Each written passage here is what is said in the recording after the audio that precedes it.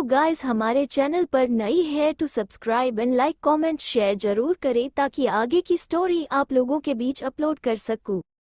अब तक हमने पढ़ा कि ऐश्वर्या को जय जी एकांश से मिलते हैं और उन्हें एक दूसरे से बात करने का कहकर वहां से चले जाते हैं।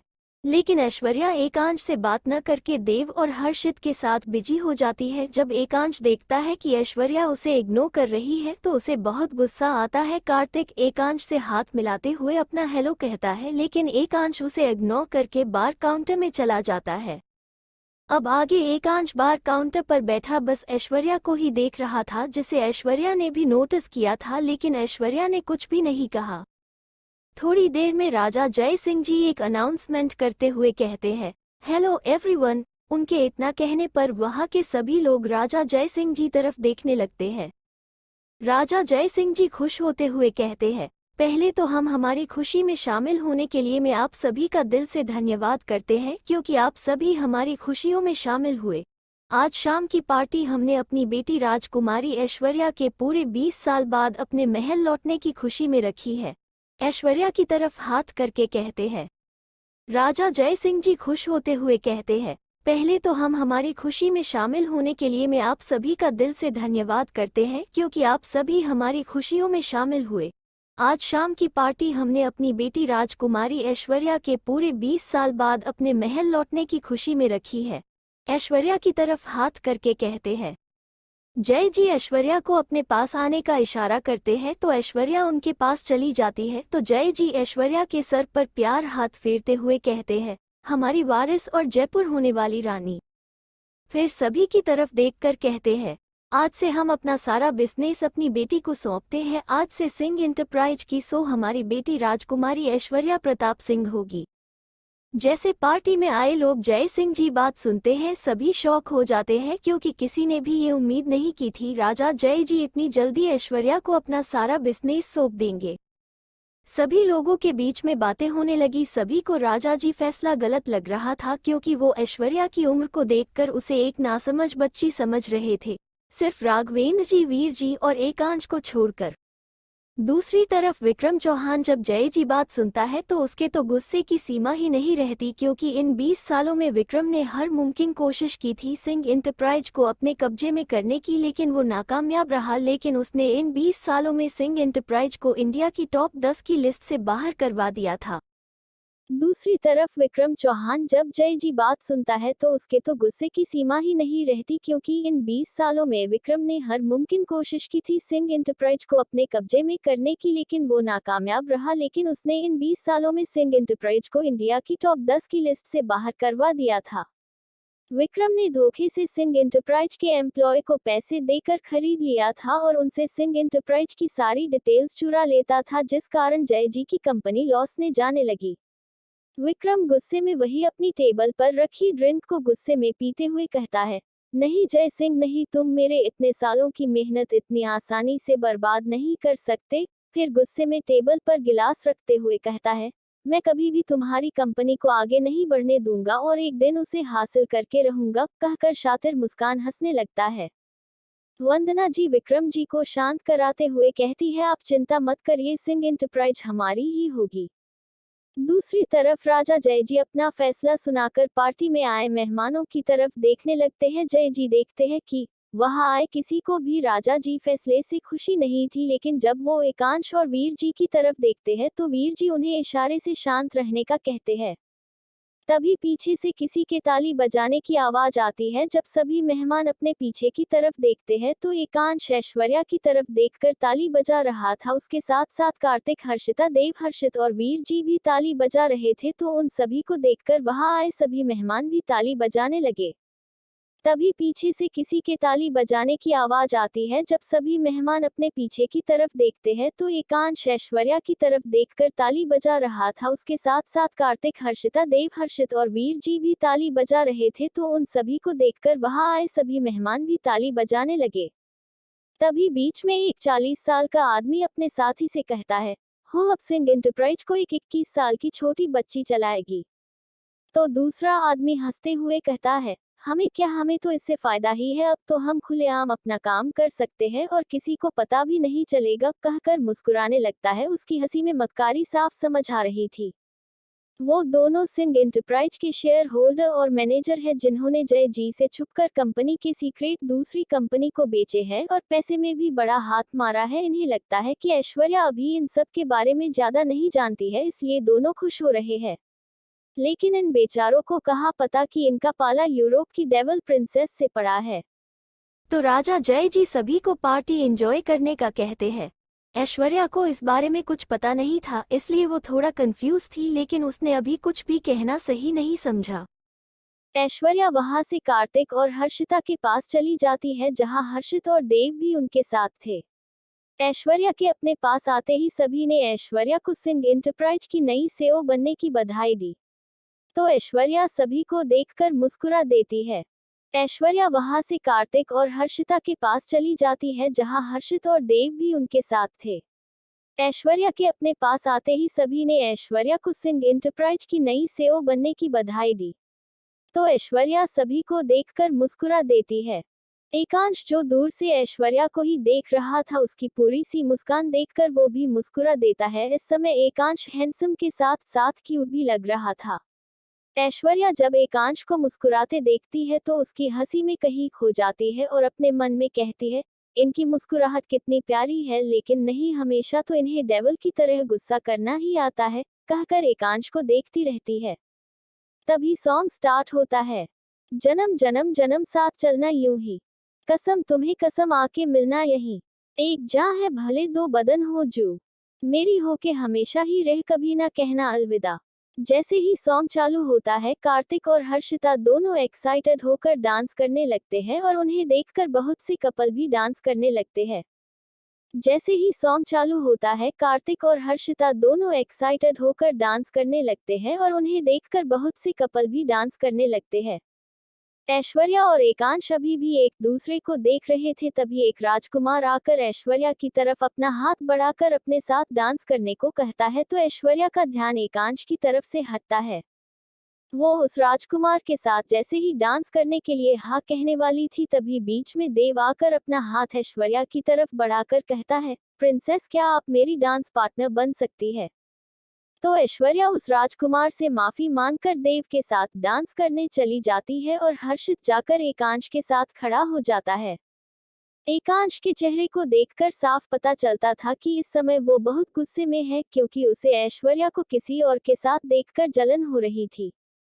मेरी सुबह हो तुम ही और तुम ही शाम हो, तुम दर्द हो तुम ही आराम हो, तेरी दुआओं से आती है बस ये सब, मेरी हो के हमेशा ही रहना, कभी ना कहना अलविदा। हा हा हा, कभी ना कहना अलविदा। हा हा हा।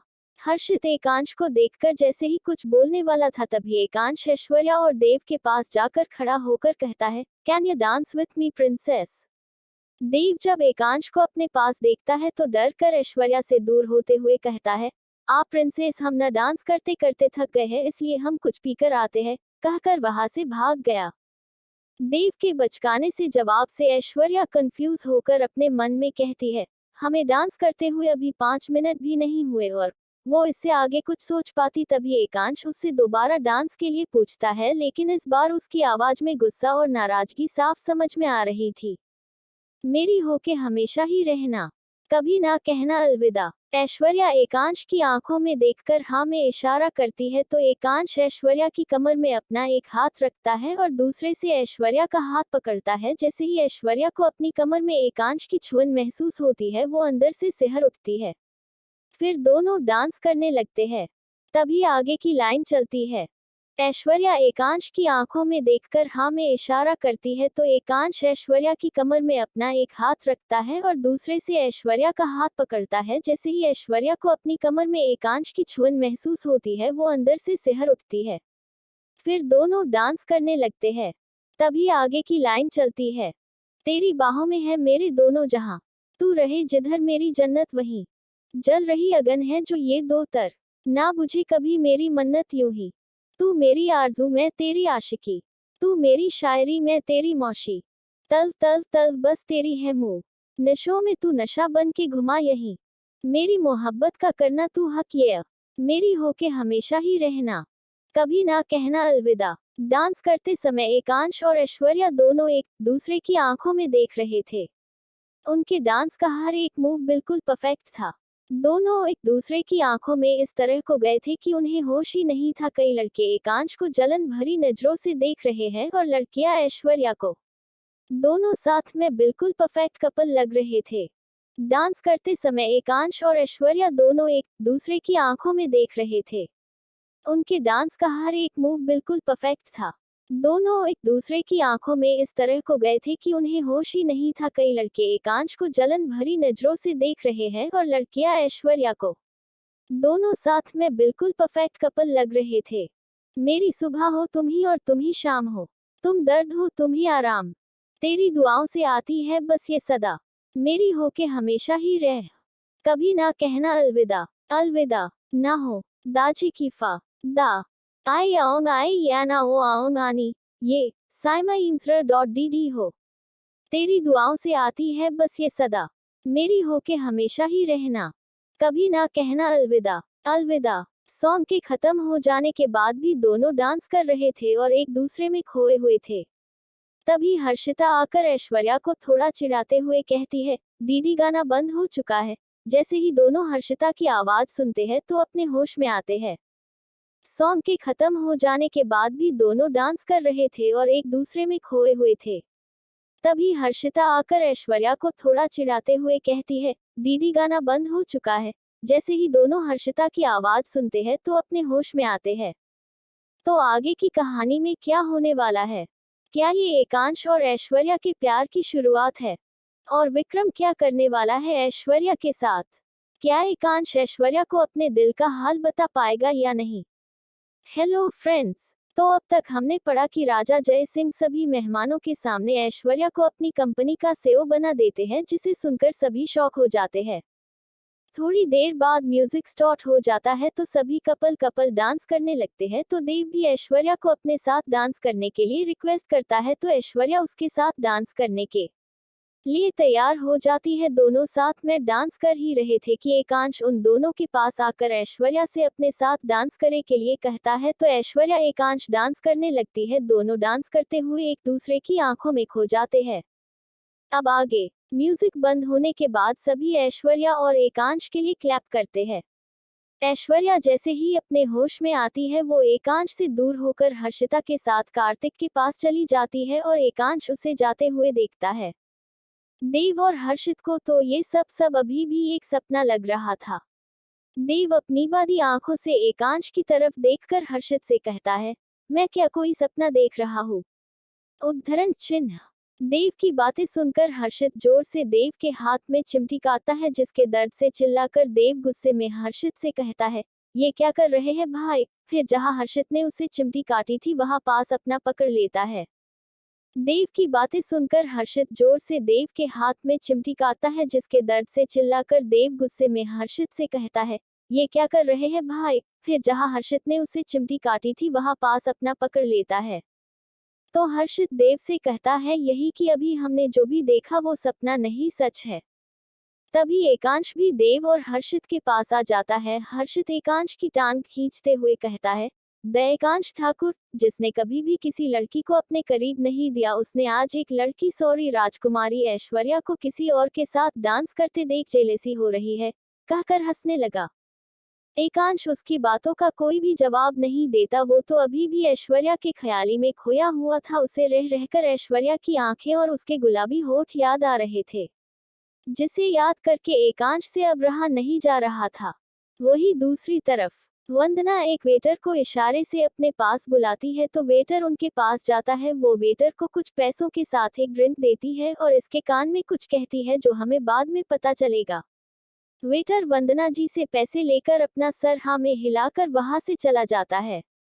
वंदना के चेहरे पर शातिर मुस्कान छा जाती है। जब विक्रम ये सब देखता है तो वो बहुत कंफ्यूज होता है, लेकिन वंदना की शातिर मुस्कान देखकर वो कुछ नहीं कहता और वो भी मुस्कुराने लगता है। वंदना के चेहरे पर शातिर मुस्कान छा जाती है। जब विक्रम ये सब देखता है तो वो बहुत कंफ्यूज होता है, लेकिन वंदना की शातिर मुस्कान देखकर वो कुछ नहीं कहता और वो भी मुस्कुराने लगता है। वंदना शातिर हंसी हंसते हुए अपने आप से कहती है, अब मैं भी देखती हूँ तुम क्या करती हो राजकुमारी ऐश्वर्या। उसने राजकुमारी ऐश्वर्या नाम को थोड़ा खींचकर बोला था और उस वेटर की तरफ देखकर उसे इशारा करती है। वही दूसरी तरफ आने वाले खतरे से अनजान ऐश्वर्या और हर्षिता दोनों साथ में हंस हंस बातें कर रहे थे। हर्षिता ऐश्वर्या को छेड़ते हुए कहती है, दीदी, वैसे आप जिसके साथ डांस कर रही थी वो कितना हैंडसम है ना? तो ऐश्वर्या भी एकांश की तरफ देखने लगती है, जो पहले से ही ऐश्वर्या को देख रहा था। तो ऐश्वर्या हर्षिता से कहती है, सिर्फ हैंडसम होना ही जरूरी नहीं होता, समझी, उसके पास दिल भी होना चाहिए। ऐश्वर्या भले ही बिजनेस के मामले में खड़ूस और खतरनाक थी, लेकिन उसका दिल बहुत साफ था। वो हमेशा जरूरतमंदों की मदद करती थी।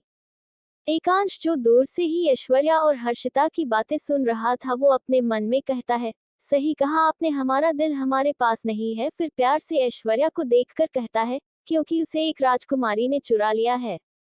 ऐश्वर्या और हर्षिता बात कर ही रही थी कि कार्तिक थोड़ा सीरियस होकर ऐश्वर्या से कहता है, राजकुमारी, मुझे आपसे कुछ जरूरी बात करनी है। कार्तिक को इतना सीरियस देखकर ऐश्वर्या समझ जाती है कि जरूर कोई इम्पोर्टेंट बात है, तो वो कार्तिक के साथ अपने कमरे की तरफ चली जाती है।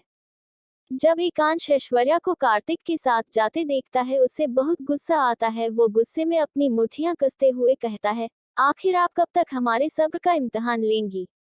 ये सब वो दोनों को जाते हुए देखकर कहता है। और दूसरी तरफ हर्षिता को अकेला देखकर उसके पास जाता है और हर्षिता से कहता है, अगर आप बुरा ना माने तो हम एक बात कहे आपसे। तो हर्षिता कहती है, जी कहिए। तो हर्षित बड़े प्यार से कहता है, आज आप बहुत सुंदर लग रही है, बिल्कुल प्रिंसेस की तरह। हर्षित की बात सुनकर हर्षिता कहती है, धन्यवाद कुंवर सा। तो हर्षित कहता है, क्या हम दोस्त बन सकते हैं? तो हर्षिता मुस्कुराकर हाँ कह देती है। हर्षिता का बचपना देखकर हर्षित अपने आप को मुस्कुराने से रोक नहीं पाता। हर्षित को मुस्कुराता देखकर हर्षिता कंफ्यूज होकर हर्षित से पूछती है, आप हमें देखकर हंस क्यों रहे हैं? क्या हमारे चेहरे पर कुछ लगा है? तो हर्षिता मुस्कुराकर हाँ कह देती है।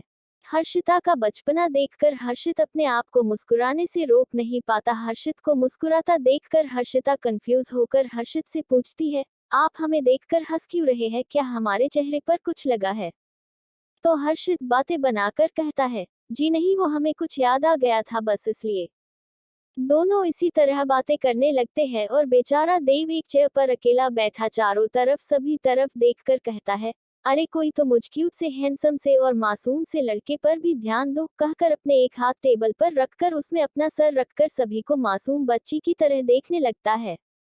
क्योंकि एकांश अपने इम्पोर्टेंट कॉल को रिसीव करने चला गया था। दूसरी तरफ ऐश्वर्या के कमरे में ऐश्वर्या और कार्तिक कमरे में पहुंचकर कमरे को अंदर से बंद कर लेते हैं। ऐश्वर्या जाकर सोफे पर बैठ जाती है और कहती है, कहो क्या बात है? तो कार्तिक सोफे के पास में खड़े होकर कहता है, हमें हमारे सोर्सेज से पता चला है कि कोई लंदन में आपके बारे में आपकी डिटेल्स निकलवा रहा है। तो ऐश्वर्या पूछती है, पता करो कौन है वो? तो ऐश्वर्या पूछती है, पता करो कौन है वो? तो कार्तिक उसके सामने एक फाइल करते हुए कहता है, हमें अभी बस इतना पता चला है कि वो इंडिया से है, आगे हमारे लोग पता कर रहे हैं, जैसे ही उन्हें कुछ पता चलेगा वो हमें इन्फॉर्म करेंगे। तो ऐश्वर्या सोफे पर बैठे ही हाँ में अपना सर हिला देती है। तो आगे की कहानी में क्या होने वाला है? वंदना ने कौन सी चाल चली है? और कौन ऐश्वर्या के बारे में पता कर रहा है? क्या ऐश्वर्या उसके बारे में पता लगा पाएगी? आगे की कहानी जानने के लिए सुनते रहे मेरे साथ।